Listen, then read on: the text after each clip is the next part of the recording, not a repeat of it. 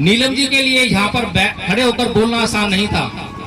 Pant shirt पे खड़ी हुई हैं, चूड़ियां नहीं है हाथ में, गले में मंगलसूत्र नहीं है, मांग में सिंदूर नहीं है, पर्दा भी नहीं करती हैं। वो भी आप जैसे ही परिवार से हैं। उनके गांव देहात में भी ऐसे घूंघट होता है, सारी परंपराएं हैं। लेकिन ये संघर्ष, अगर हम बाबा साहेब के अनुयायी हैं और वास्तव में इस देश में जो है हम कल्चरल चेंज चाहते हैं, सांस्कृतिक परिवर्तन चाहते हैं, तो हमें इसमें इफ्स एंड बट्स नहीं करने पड़ेंगे। हमें जो है सीधे सीधे तौर पर निर्णय लेना पड़ेगा कि ये जहर है, इस जहर को चाहे मैं धीरे धीरे खाऊं चाहे एकदम से खाऊं, मेरी मृत्यु निश्चित है। अगर कोई दावा करता है कि परम पूज्य बाबा साहेब डॉक्टर भीमराव अम्बेडकर से ज्यादा पढ़ा लिखा है, तो निसंदेह वह उन पर उंगली उठा सकता है कि मैं बाबा साहेब के निर्णय से सहमत नहीं हूं, मैं अपना निर्णय खुद लूंगा। अगर परम पूज्य बाबा साहेब डॉक्टर भीमराव अम्बेडकर इस समाज को हिंदू धर्म छोड़ने का आदेश कर रहे हैं, तो क्या कारण हो सकता है कि हिंदू धर्म ना छोड़े? और परम पूज्य बाबा साहेब डॉक्टर भीमराव अम्बेडकर अगर इस समाज को बौद्ध धर्म की ओर जाने का आदेश दे रहे हैं, तो क्या कारण हो सकता है कि ये समाज उस तरफ ना जाए? उन आंदोलनों की परिणति कहां पर होती है? अगर ये जो बुद्धिजीवी वर्ग है, अगर वास्तव में ये समाज की तरफ दृष्टि करता, समाज के दुख दर्द को सोचता, तो मैं ये समझता हूं कि जो आज बुद्धिजीवी वर्ग अपने आप को एमएलए एमपी बनाने में लगा हुआ है, यह बुद्धिजीवी वर्ग अपने आप को एमएलए एमपी ना बनाकर समाज को एमएलए एमपी कैसे बनाया जाए, इसकी योजना बना रहा होता। ये वो नाई नहीं था, ये वो अध्यापक नहीं था, ये वो चपरासी नहीं था जो मुझ पर अत्याचार रहे थे। ये तो एक पूरी की पूरी व्यवस्था है जो बचपन से मुझ पर अत्याचार कर रही है, पूरी व्यवस्था है। इसीलिए परम पूज्य बाबा साहेब डॉक्टर भीमराव अम्बेडकर 13 अक्टूबर 1935 को इस नतीजे पर पहुंचे कि मैं हिंदू धर्म में पैदा हुआ, यह मेरे बस की बात नहीं थी, लेकिन मैं हिंदू मरूंगा। अम्बेडकरवादी और अम्बेडकर समर्थक होने में क्या फर्क है? कोई समझता है? हाथ फड़कता है कोई? अम्बेडकरवादी जब मैं कहता हूं, तो बाबा साहेब ने जो कुछ भी मेरे लिए कहा है, जो कुछ भी मुझे दिशा निर्देश दिया है, मुझे एक एक बात को मानना पड़ेगा, तब मैं अम्बेडकरवादी कहलाऊंगा। अगर मैं ये कहूं कि ये बात तो ठीक है बाबा साहेब की, लेकिन ये बात को थोड़ा सोचना पड़ेगा, तो मैं अम्बेडकरवादी हो सकता हूं क्या?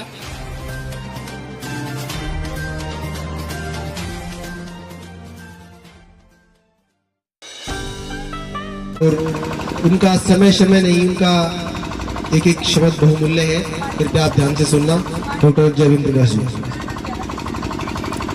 बहुत बहुत साधुवाद, धन्यवाद। एक बार की बात है, एक बुढ़िया थी और एक खंबे की रोशनी में कुछ ढूंढ रही थी।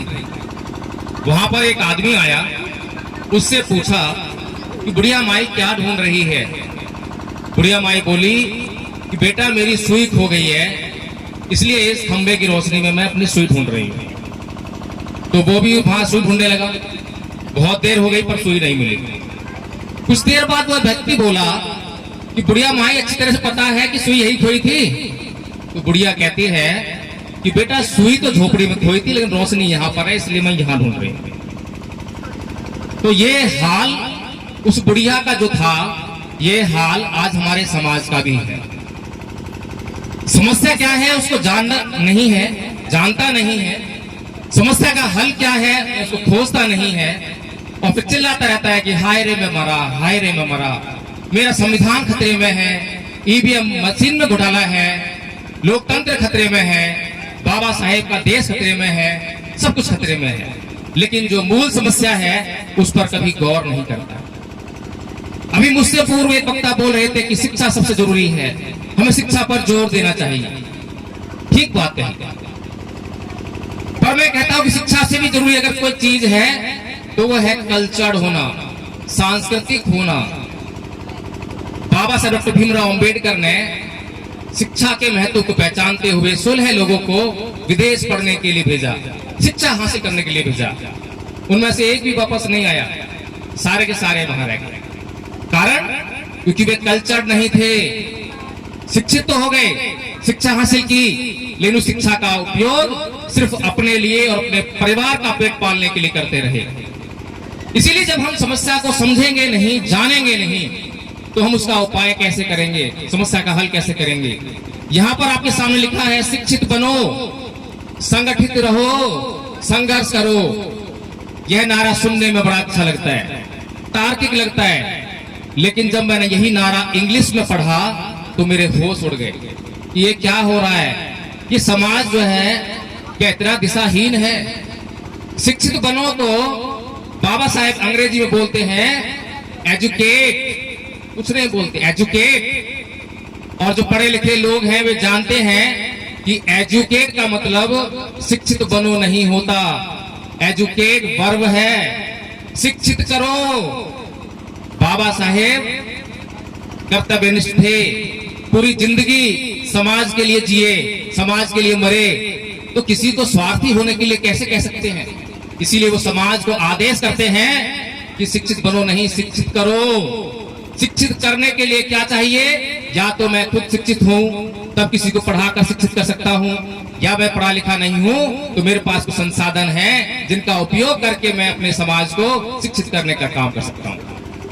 लेकिन वह शिक्षा कल्चर होनी चाहिए, एक संस्कृति से जुड़ी हुई होनी चाहिए, एक दिशा में लगी हुई होनी चाहिए, ताकि शिक्षित होने के बाद उस व्यक्ति को यह कहने की आवश्यकता ना पड़े कि पे बैक टू सोसाइटी। जरूरत ही नहीं पड़ेगी अगर वो कल्चर होगा तो। अगर उसे अपने मिशन मूवमेंट की समझ होगी तो उसे कहने की आवश्यकता नहीं पड़ेगी। यहाँ लाइब्रेरी की स्थापना हुई है, समाज के लोग यहाँ पढ़ने आएंगे, लेकिन जो समाज के दुख दर्द को समझेंगे, किस तरह से इस लाइब्रेरी की स्थापना की गई है उस बात को समझेंगे, तो उन्हें कभी भी बात में ये कहना नहीं पड़ेगा कि आप भी इस संस्था से जुड़िए। वे अपने आप पे बैक टू सोसाइटी कल्चर होकर आएंगे। इसीलिए हमें परम पूज्य बाबा साहब डॉक्टर भीमराव अंबेडकर भारत के लिए क्या कहना चाहते थे उसको समझना बहुत जरूरी है। अब मैं ये जानना चाहता हूँ, हालांकि संख्या बहुत कम रह गई है लेकिन फिर भी कोई बात नहीं, मैं यह जानना चाहता हूँ कि कितने लोग हैं जो बाबा साहेब को मानते हैं। हाथ खड़ा करा, ईमानदारी से खड़ा करना, बहुत बढ़िया। कितने लोग हैं जो अम्बेडकरवादी हैं, अम्बेडकरवादी कितने लोग हैं? अच्छा, थोड़े से कम रह गए, यानी कि समझदारी कुछ है, जान गए कि मैं क्या कहना चाह रहा हूँ। चलिए, अम्बेडकरवादी और अम्बेडकर समर्थक दो शब्द हैं, इनका अर्थ समझते हैं क्या? अम्बेडकरवादी और अम्बेडकर समर्थक होने में क्या फर्क है, कोई समझता है? हाथ खड़ा करता है कोई? नहीं जानते, बड़ी समस्या है। देखिए, अम्बेडकरवादी जब मैं कहता हूं तो बाबा साहेब ने जो कुछ भी मेरे लिए कहा है, जो कुछ भी मुझे दिशा निर्देश दिया है, मुझे एक एक बात को मानना पड़ेगा, तब मैं अम्बेडकरवादी कहलाऊंगा। अगर मैं ये कहूं कि ये बात तो ठीक है बाबा साहेब की, लेकिन ये बात को थोड़ा सोचना पड़ेगा, तो मैं अम्बेडकरवादी हो सकता हूं क्या? हो सकता हूं? तो ऐसा ही हाल आज मेरे समाज का है। परम पूज्य बाबा साहब डॉक्टर भीमराव अंबेडकर ने इस समाज के दुख दर्द को समझते हुए इसका इलाज करने का प्रयास किया, एक दवाई का इजाद किया और उस दवा को देने का भी काम किया। लेकिन ये दुर्भाग्य है इस समाज का कि इस समाज ने उस दवाई को खाने का काम नहीं किया। और हम बीमार हो, डॉक्टर के पास जाएं, तो डॉक्टर दवाई दे और उस दवाई को अगर हम खाएं ना तो क्या सही हो सकते हैं क्या? परम पूज्य बाबा साहब डॉक्टर भीमराव अंबेडकर आपकी हर बीमारी का इलाज करके आपको दे रहे हैं, उस बीमारी का इलाज करने का दवाई भी आपको दे रहे हैं, लेकिन आप उस दवाई का लगातार इस्तेमाल नहीं कर रहे हैं और लगातार चीख रहे हैं, चिल्ला रहे हैं, हाय रे मैं मरा, हाय मैं मरा, ईवीएम ने मुझे खाया, लोकतंत्र खतरे में है, संविधान खतरे में है।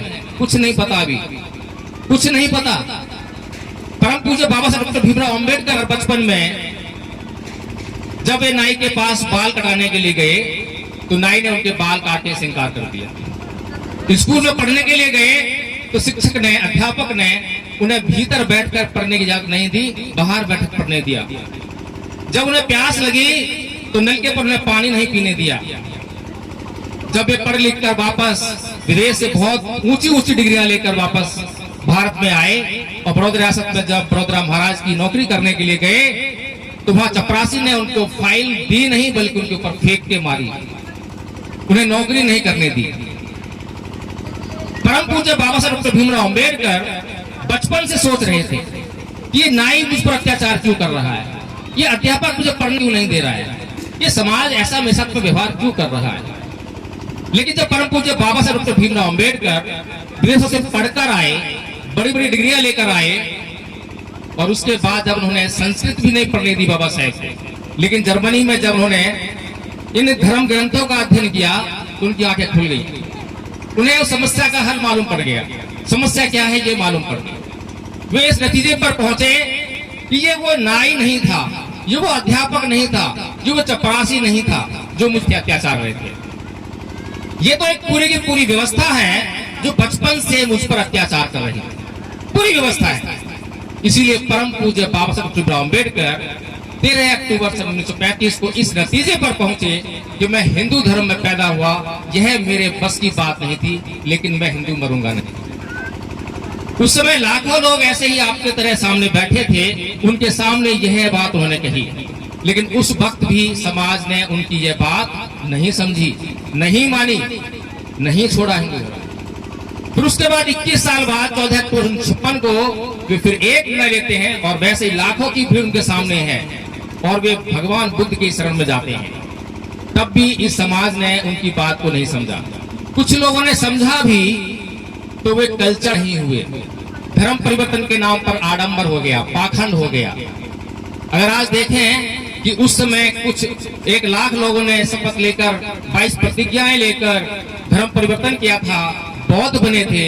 जब परम पूज्य बाबा साहब डॉक्टर भीमराव अम्बेडकर की मृत्यु हुई तब उनकी चिता पर हाथ रखकर कसम खाने वाले लाख लोग थे और लाखों लोगों ने बौद्ध धर्म अपनाया था। ये लाखों लोग कहाँ गए? क्या अगर लाखों लोग इस देश में बौद्ध होते तो क्या यह देश बौद्ध में नहीं होता? क्या लाखों लोग भारत को बौद्ध में करने में कम पड़ते हैं?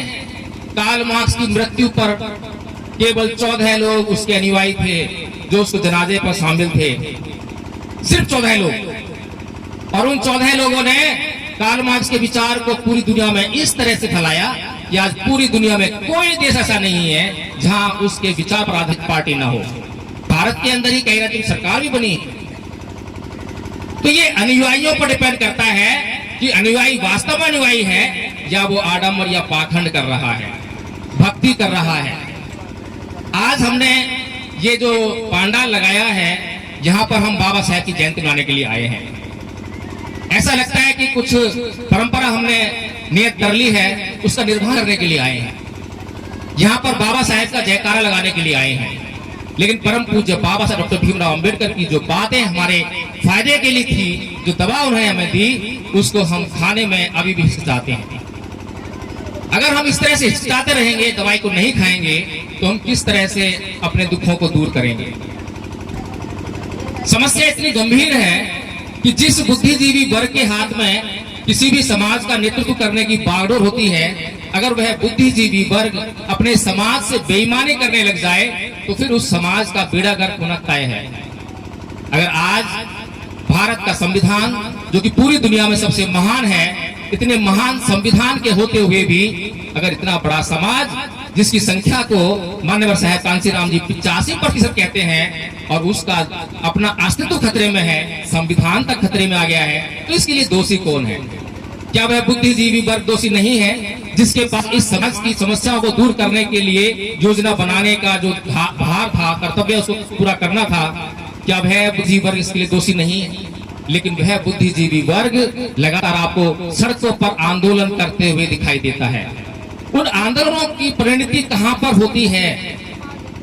अगर ये जो बुद्धिजीवी वर्ग है, अगर वास्तव में ये समाज की तरफ दृष्टि करता, समाज के दुख दर्द को सोचता, तो मैं ये समझता हूं कि जो आज बुद्धिजीवी वर्ग अपने आप को एमएलए एमपी बनाने में लगा हुआ है, यह बुद्धिजीवी वर्ग अपने आप को एमएलए एमपी ना बनाकर समाज को एमएलए एमपी कैसे बनाया जाए, इसकी योजना बना रहा होता। मान्यवर साहब कांसीराम जी का उदाहरण हमारे सामने है। परम पूज्य बाबा साहब डॉक्टर भीमराव अम्बेडकर का उदाहरण हमारे सामने है। किसी भी महापुरुष ने अपने लिए कुछ नहीं किया, अपने लिए जिंदगी नहीं जी। जब उन्होंने अपने लिए कुछ नहीं किया, अपने लिए जिंदगी नहीं जी, तब समाज कुछ कदम आगे बढ़ा। तब समाज को लगा कि हाँ, वह भी कुछ इस संसार में कुछ अपना अस्तित्व रखता है। लेकिन आज का बुद्धिजीवी वर्ग अपने आप को एमएलए एमपी बनाने की फिराक में रहता है। तो हमें इस बात को समझना चाहिए, सोचना चाहिए कि हमारा बुद्धिजीवी वर्ग किस दिशा में चल रहा है। परम पूज्य बाबा साहब डॉक्टर भीमराव अम्बेडकर की दवाई क्या है? परम पूज्य बाबा साहब डॉक्टर भीमराव अम्बेडकर ने जो आपको बौद्ध धर्म की दवाई दी, वो कितने लोगों ने खाई है? सारी समस्या का इलाज तो वहीं पर है। हमारा समाज कहीं कबीर पंथ में, कभी रौद्यास्य धर्म में, कहीं किसी और पंथ में, कहीं किसी डेरे में अटका हुआ है। मैं किसी संत महापुरुष की बुराई नहीं कर रहा हूं, बल्कि हर एक संत महापुरुष अपने स्वभाव से जो है बोधिसत्व होता है, लेकिन बोधिसत्व बुद्ध नहीं होता है। कबीर, रविदास जी ये संत थे, इनके स्वभाव में शांति थी, अहिंसा थी, मैत्री थी, करुणा थी, कल्याण की भावना थी, इसीलिए वो संत महापुरुष थे। उनकी जरूरत समाज को बहुत ज्यादा है, लेकिन परम पूज्य बाबा साहब डॉक्टर भीमराव अंबेडकर से हम ज्यादा पढ़े लिखे नहीं है। अगर कोई दावा करता है कि परम पूज्य बाबा साहब डॉक्टर भीमराव से ज्यादा पढ़ा लिखा है, तो निसंदेह वह उन पर उंगली उठा सकता है कि मैं बाबा साहब के निर्णय से सहमत नहीं हूं, मैं अपना निर्णय खुद लूंगा। अगर परम पूज्य बाबा साहब डॉक्टर भीमराव अंबेडकर इस समाज को हिंदू धर्म छोड़ने का आदेश कर रहे हैं, तो क्या कारण हो सकता है कि हिंदू धर्म ना छोड़े? और परम पूज्य बाबा साहब डॉक्टर भीमराव अंबेडकर अगर इस समाज को बौद्ध धर्म की ओर जाने का आदेश दे रहे हैं, तो क्या कारण हो सकता है कि ये समाज उस तरफ ना जाए? अभी नीलम जी यहाँ पर आकर जो है आप लोगों को बहुत बातें बता रही थी, पिछले साल वही बातें बताई, लेकिन लगातार जो है अभी बातें समझ में नहीं आ रही। कारण बड़ा स्पष्ट है। एक बार जब हम साइकिल चलाना सीख जाते हैं, तो क्या कभी उसको हम भूल पाते हैं? कोई भूलता है क्या? ऐसे जब आपने ये पर्दा करना सीख लिया है, चूड़ियां पहनना सीख ली है, कैसे भूल जाएंगे? लेकिन जब समाज में ये मालूम पड़ जाए कि गुटखा खाने की आदत पड़ गई है, शराब पीने की आदत पड़ गई है, जुआ खेलने की आदत पड़ गई है, और ये आदतें मेरे लिए घातक हैं, मेरे परिवार के लिए घातक हैं, तो फिर क्या करता है वो? आदत तो आदत है। जैसे साइकिल चलाने की आदत पड़ी है, वो हमें अब दोबारा से सीखने की जरूरत नहीं है, और लगातार उसको भुलाना बड़ा मुश्किल है। ऐसे ही ये भी आदतें हैं। लेकिन जब एक व्यक्ति जान जाता है कि ये मेरे लिए घातक है, तो जागरूक होने के बाद वह धीरे धीरे इसको संभालने की कोशिश करता है कि मुझे इसको छोड़ना है। संकल्पित हो जाता है कि मुझे इसे छोड़ना है। कैसे छोड़ूं, ये मुझे तय करना है। नीलम जी के लिए यहाँ पर खड़े होकर बोलना आसान नहीं था। पैंट शर्ट पे खड़ी हुई हैं, चूड़ियां नहीं है हाथ में, गले में मंगलसूत्र नहीं है, मांग में सिंदूर नहीं है, पर्दा भी नहीं करती हैं। वो भी आप जैसे ही परिवार से हैं। उनके गांव देहात में भी ऐसे घूंघट होता है, सारी परंपराएं हैं। लेकिन ये संघर्ष, अगर हम बाबा साहेब के अनुयायी हैं और वास्तव में इस देश में जो है हम कल्चरल चेंज चाहते हैं, सांस्कृतिक परिवर्तन चाहते हैं, तो हमें इसमें इफ्स एंड बट्स नहीं करने पड़ेंगे।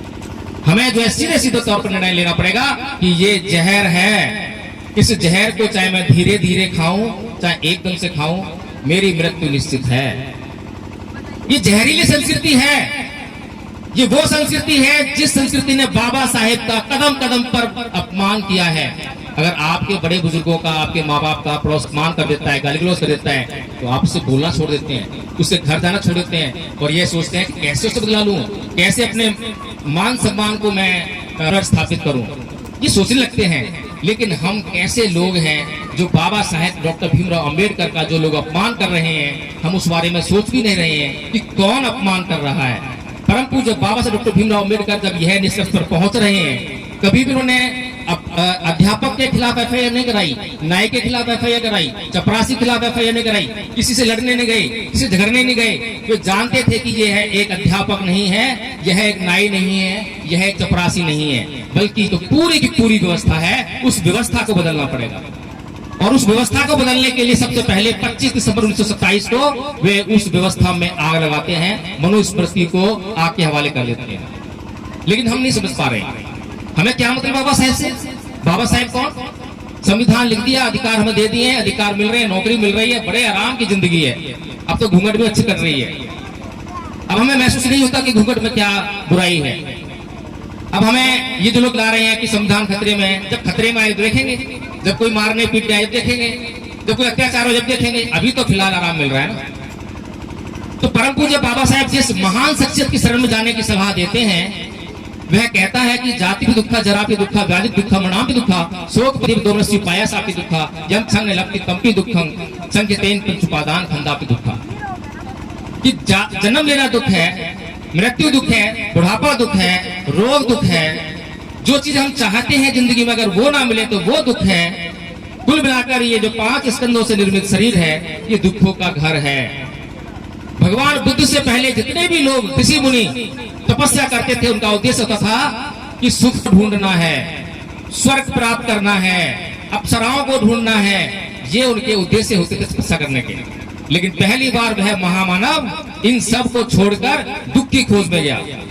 भगवान बुद्ध ना तो सुख को ढूंढने गए, न स्वर्ग को खोजने गए, न अप्सराओं को ढूंढने गए, वे क्या ढूंढने गए? दुख को खोजने गए। तो बाबा साहब डॉक्टर भीमराव अम्बेडकर उस महामानव के अनुयायी हैं जो दुख की खोज में गया, दुख को ढूंढ लिया, दुख को परिभाषित कर दिया और दुख को ढूंढने के बाद उसका अंत कर दिया और फिर उसके जीवन में सुख ही सुख रह गया। लेकिन हमारा समाज उस संस्कृति से लिप्त है जो कि जरा सा सुख आते ही उसको भोगने के लिए भागता है, दौड़ता है। एक शराबी को जैसे ही पूरा दिन काम करेगा, मजदूरी करेगा, 500 रुपए कमाएगा और शाम को उसके सामने सुख के रूप में एक बोतल आ जाती है, 500 रुपया उस पर खर्च कर देता है और वह पूरी जिंदगी इसी तरह से उस गरीबी नाम के दुख में पड़ा रहता है। लेकिन जो भगवान बुद्ध के अनुयायी होते हैं वो जान जाते हैं कि ये गरीबी मेरे जीवन में दुख है, जब तक मैं इस गरीबी का नाश नहीं करता मेरे जीवन में अमीरी नाम का सुख नहीं आ सकता। तो भगवान बुद्ध जो है जिस तरीके से इस संसार को चलाना चाहते हैं उस तरीके से यह संसार नहीं चलना चाहता है, इसीलिए यह संसार लगातार अपने आप को अपने जीवन में दुखों को आमंत्रित करता है। भगवान बुद्ध के ऊपर बोलने के लिए बहुत कुछ है। भगवान बुद्ध का जो ज्ञान है अब तक आप उससे सरोकार नहीं है। भगवान बुद्ध ने धप्पद में कहा कि अवधि मंगाजीनी मंगासी में ये चट्टा को पहनती बेरंग ते संग सम्मति कि उसने मुझे मारा, उसने मुझे लूटा, उसने मुझे जीत लिया।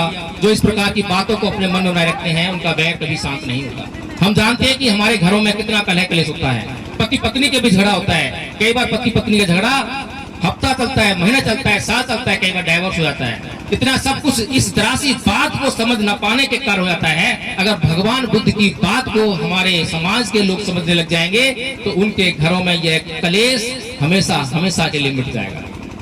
भगवान बुद्ध कहते हैं नाही वेरेन वेरास्मक अवेरेन से समंती ऐस धमुस्तनंतनो कि वैर से कभी वैर शांत नहीं होता, अवैर से ही वैर शांत होता है।